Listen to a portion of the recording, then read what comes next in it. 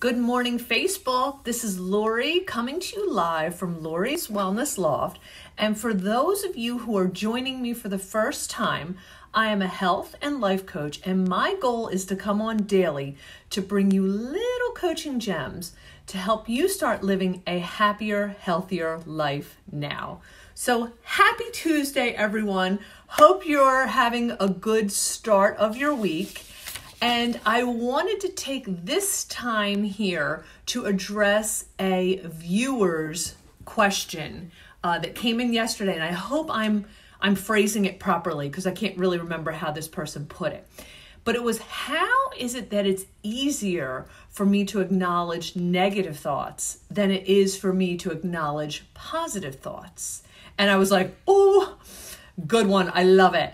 And the mind is wired to acknowledge negativity because we want, this is a whole survival thing. This has to do with the prefrontal cortex and your reptilian brain in the back. So there's like a whole science project to this, but in order to keep it brief, I want to just talk about negative thought loops. Okay, and this is something that I'm very familiar with this. I struggle with negative thought loops, and I've found a way to talk myself out of them, but they are real. So I want everybody to think about a negative thought loop is an obsessive thought that you keep thinking that isn't bringing anything to fruition. Okay, so it's a worry. So the brain convinces us that worry is necessary. Okay, I want everybody to really hear that. The brain convinces us that worry is necessary. And listen, guys, I was raised in an Italian household where worry was a language that we spoke. We were worriers. We worried. We foresaw all kinds of horrific events that were going to happen before they happened. So I know what it is to worry. And I honestly thought that worry prevented bad things from happening, but it doesn't. It just steals our joy in the moment. It just drains our energy. It just has us running on this imaginary hamster wheel that takes energy from something that could be possible and positive. So I want everybody to think about this. And I love telling stories. I love giving examples. So here is an example of how I was in a negative thought loop. Okay, so how many of you have Find My Friends on your phone? Does anybody have Find My Friends? All right, so normally a negative thought loop happens when you have an argument with somebody, or where you're obsessively checking something like on Facebook or on your phone, or checking emails or checking things. Hello, David, how are you? All right, so I got into a thought loop, a negative thought loop with my Find My Friends. So here's the long and the short of it. Allie was out, okay, and she was supposed to be coming home, and she was somewhere where I was aware of where she was, but I was worrying about her safety because she was out in a city, okay? Hello, Jeff, you're gonna like this one. Talks about worry. And I sent my husband to pick her up because she was out at a party.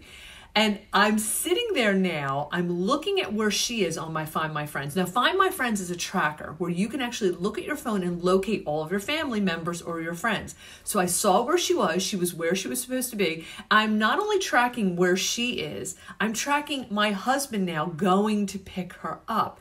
And he's on the expressway going to pick her up, and she's here. And I don't even realize I'm just checking and checking and checking, expecting my checking to make her safer, or to make her get home quicker, or to assure that she's not in an accident or something. I don't even know what I wanted, right? I wanted to assure she was safe. And then Joey's sitting alongside of me, and he's like, Mom, we're supposed to be watching a movie. What are you doing? And I think he called me a mental midget, which Joey has a way of just massaging the words to make you feel really good. And I went, oh my God, I'm in in a negative thought loop. Like, why am I checking this phone every 2 minutes? It's not going to help them get home any quicker. It's not going to assure their safety. It's just going to make me crazy, hello Josie, and not allow me to be here and be present with my son who's actually here. Okay, so I want to help all of you. If you suffer from negative thought loops, another example of a negative thought loop is like obsessive compulsive behavior. And now if you have OCD, that is a real issue, but you can reason with the mind. This is all something that's happening in your mind. So number one, when you're in a thought loop, you want to acknowledge the fact that you're in the thought loop. Thankfully, I had Joey alongside of me to look at me and like smack me silly and say, Mom, what are you doing? Are you a mental midget? Please, guys, if you have teenagers at home, drop me like a thumbs up in the comment down the bottom, because they just like really know how to push it in your face if you're doing something wrong. Mental midget? Anyway, so number one, you have to acknowledge you are in a negative thought loop. I didn't realize I was checking my phone every 2 minutes until Joey told me. Good morning, Dom. Good morning, Diana. How are you? So number two, when you realize that you're in a negative thought loop, number two, you have to realize you're normally trying to control the uncontrollable. Case in point, by my checking my phone, it wasn't going to ensure her safety. It wasn't going to ensure my husband was getting to her in time. It wasn't going to ensure that they didn't have an accident on the way home, God forbid, but my checking my phone wasn't going to make them safe. And that's what I really wanted. I wanted them to be safe. All right, so realizing that my energy checking this wasn't going to give me the result that I wanted. So I had to be real with myself on that one, okay? Then number three, you have to realize, what do I really want? Okay, I really wanted her to be safe. But think about this, like when you have a fight with your husband, or you have a fight with your girlfriend, or when your boss tells you something that you didn't like, and you keep going over and over in your head, what is it that you really wanted? With your employer, maybe it was just you just wanted to be respected. Maybe it was you wanted to be recognized. Maybe it was you wanted to be taken seriously, and you didn't feel that interaction with him or her made you come away from that conversation feeling confident in yourself. So you have to walk away from it and say to yourself, what did I really want as a result of that interaction? And if you didn't get it from the person, realizing that sometimes you never get it from that person. And you have to just give it to yourself and say, guess what? I'm doing the best that I can if this is with your boss. I'm really showing up. I'm doing the best work possible. Could I do a little more? Like, it's you having a conversation with yourself. That's the only thing that's going to help you get the validation that you need, because it always comes from you, and you cannot control the way people behave and the way people communicate with you. Okay? So you want to know, like, if your interaction is that you want to be more likable, if you want people in your life to be safe, if you want to feel more accepted, if you want some sort of relief, you have to know what that negative thought loop is supposed to be producing, because the mind is trying to produce something. You don't always know what the mind is trying to produce. Okay, so it's having little conversations with yourself. Lastly, and this is the most powerful part of it, I always tell people, energy is energy. Okay, you can either take your energy and put it into a box that is wasteful. A negative thought loop is very wasteful. You're not getting anything out of it, okay? Or you can put that energy into a box that's productive and creative, and that's actually going to give you something that you want. And I am a person who has a very strong energy. I know that about myself. My son is another person, and here's an example. People who have different energies, they can have very quiet, fluffy, gentle energies, and they can have strong, powerful, sometimes overbearing energies. And I know this about myself. And I can take that energy and either put it into worry and into something that's destructive, or I could take it and rechannel it into something that's creative. So when I'm feeling that I have an excess of energy, I will take it and put it into a creative project.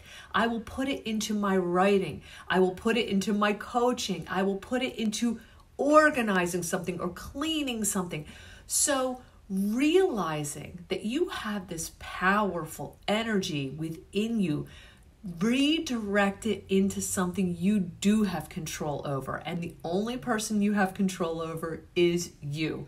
If this was helpful, please drop me a 1 in the comments below. If I lost you, please drop me a 2 in the comments below. If you have a topic that you would like me to coach on, please message me privately or put it in the comments below. This was just a comment that someone had on Facebook yesterday, so whoever that person is, I hope this helped you.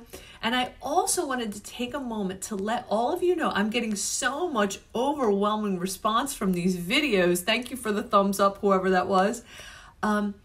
I have decided to put together a coaching sampler, and I don't have a ton of space. I have 10 openings, and they're going. People are signing up like crazy because they're seeing the value of these little snippets that I'm giving you every day, and they want to coach one-on-one with me. So if this is something that you want to kind of dip your toe in the coaching pool, it is a package where we're going to be going over guided meditation, where I'm going to teach you how to meditate and ground your energy. Number 2, you're having one-on-one coaching with yours truly. You can either coach with me in my studio here in the coaching room or via phone, so you don't have to be physically, geographically in the area. I can coach people anywhere in the world. And number 3, it's going to be an energy work session where the same holds true. You can either come into my studio or we can do distance sessions with you to help you break through any kind of energetic blockage that is keeping you from moving forward and living the life that you want to live. So I hope this was helpful. If you really want to move forward and coach with me privately, give me a shout today, and I hope all of you have a great day.